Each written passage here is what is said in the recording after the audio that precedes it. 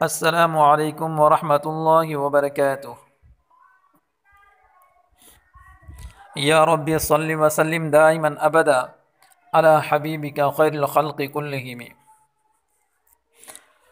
سورج گرہن کے متعلق واضح رہے کہ سورج گرہن یا چاند گرہن کے وقت مسلمانوں کو اصل حکم یہ ہے کہ اللہ تبارک و تعالیٰ کی طرف متوجہ ہو۔ سورج اور چاند گرہن کی حقیقت یہ اللہ تبارک و تعالیٰ کی قدرت کی نشانیاں ہیں۔ یہ ظاہر کرنے کے لیے جو قادر مطلق اللہ تبارک و تعالیٰ سورج سے روشنی دیتا ہے اور چاند سے چاندنی دیتا ہے، وہی اللہ تبارک و تعالیٰ ان کو بے نور کر دینے پر بھی قادر ہے۔ رسول اللہ صلی اللہ علیہ وسلم کے زمانے میں آپ صلی اللہ علیہ وسلم کے صاحبزادے حضرت ابراہیم رضی اللہ تعالیٰ عنہ کے انتقال کے بعد سورج گرہن ہوا گیا۔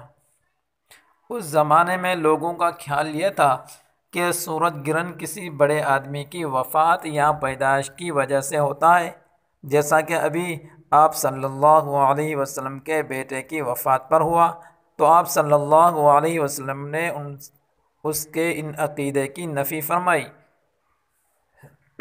بخاری شریف میں ہے، حضرت ابو بردہ رضی اللہ تعالیٰ عنہ حضرت ابو موسیٰ رضی اللہ عنہ سے روایت کرتے ہیں، انہوں نے بیان کیا کہ سورج گرہن ہوا تو نبی اکرم صلی اللہ علیہ وسلم اس طرح گھبرائے ہوئے کھڑے ہوئے جیسے قیامت آ گئی۔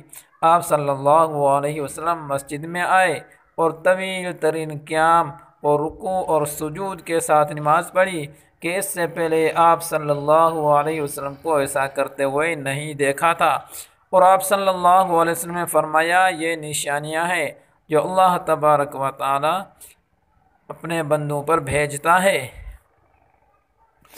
یہ کسی کے موت اور حیات کے سبب سے نہیں ہوتا، بلکہ اللہ تبارک و تعالی اس کے ذریعے اپنے بندوں کو ڈراتا ہے، اور جب تم اس کو دیکھو تو ذکر الہی اور دعا اور استغفار کی طرف دوڑو۔ لہذا چاند گرہن اور سورج گرہن کے وقت ہمیں تعلیمات نبویہ علی صاحب صلاۃ و تسلیمات کے مطابق اللہ تبارک و تعالیٰ کی طرف متوجہ ہو کر نماز، دعا اور استغفار میں مشغول ہونا چاہیے۔ چاند گرہن کو خسوف کہتے ہیں، اور چاند گرہن کے وقت 2 رکعت نماز دیگر نوافل کی طرح انفراداً پڑھنا مصنوع ہے، اس میں جماعت مصنوع نہیں ہے۔ اس کا طریقہ عام نوافل کی طرح ہے، کسی بھی اعتبار سے فرق نہیں ہے سوائے اس کے کہ نیت صلاۃ الخسوف کی ہوگی۔ اور سورج گرہن کو کسوف کہتے ہیں۔ سورج گرہن کے وقت بھی 2 رکعت نماز پڑھنا مسنون ہے۔ ہاں اگر تنہا پڑھ رہا ہو تو 2 سے زیادہ یعنی 4، 6 جتنی چاہے پڑھ سکتے ہیں۔ اس کی نماز کا بھی وہی طریقہ ہے جو عام نوافل کا ہے۔